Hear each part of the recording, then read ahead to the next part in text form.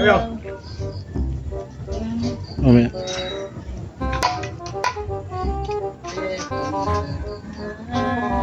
Ito naman guys. Ito na naman. Tayo dalawang poste. Ano masasabi mo ngayong araw na to?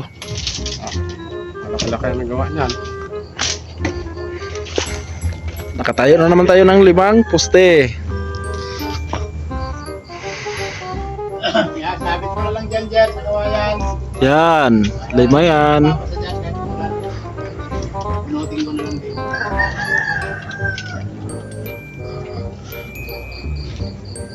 Guys! Pogi ba ako?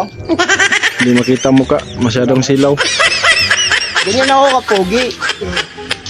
Nasisilawan kayo sa mukha ko.